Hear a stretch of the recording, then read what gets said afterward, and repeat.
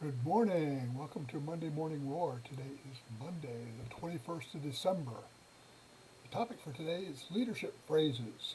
We've all been hearing a lot of leaders on the television and radio, and whether it be our local government, our mayor, or governor, or even the President of the United States. And of course, we just went through the presidential election, and we heard a lot of speeches by all the different candidates, no matter what they're running for.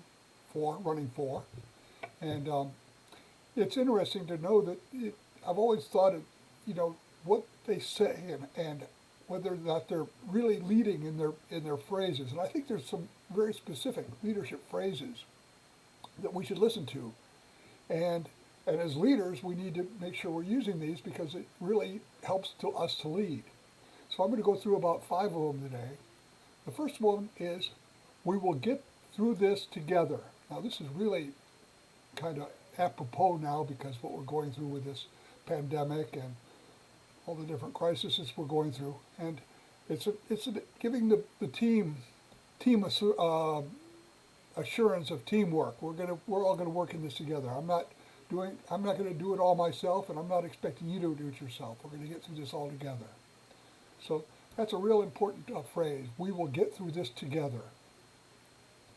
The next phrase is, I may be mistaken, or it's correct me if I'm wrong. Now, you don't hear a lot of politicians using this. I wish we heard more.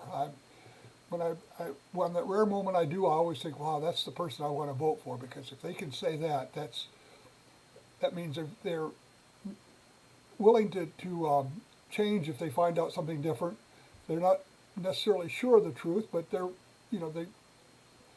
want to know that they're looking for the truth. They are seeking the truth. They correct me if I'm wrong. The next phrase is, I don't know.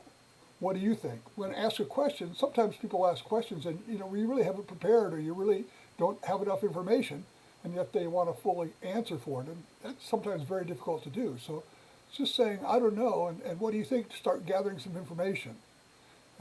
It's always a good idea to get more information before you get your final answer, and sometimes your first answer isn't always the best. So the phrase, I don't know, what do you think, that's a good one.